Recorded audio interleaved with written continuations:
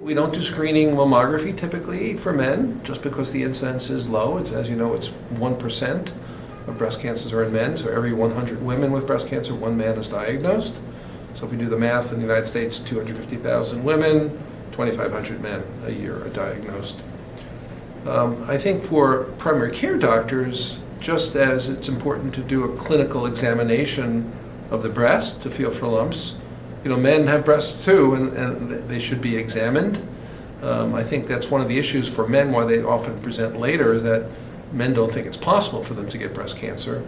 And if they have a lump in their breast, they feel it can't be cancer because men don't get breast cancer. So I think clinical exam is very important. I think primary care docs, they're putting a stethoscope on, listen to the heart, listen to the lungs, the breast is right there, so it just has to be incorporated into a physical exam.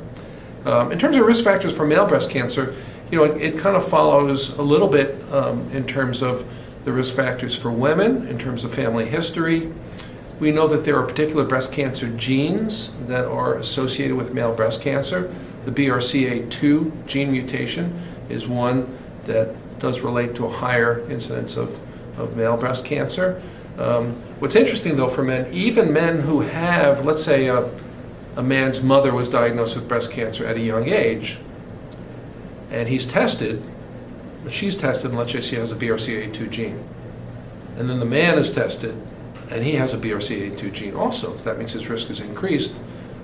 But still, his lifetime risk of developing breast cancer is 7%.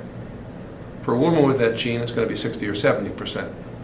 So the penetrance of that gene in terms of actually causing a cancer in a man is much lower. So it's hard to come up with any very specific risk factors for men just because it's a low risk disease and low incidence disease.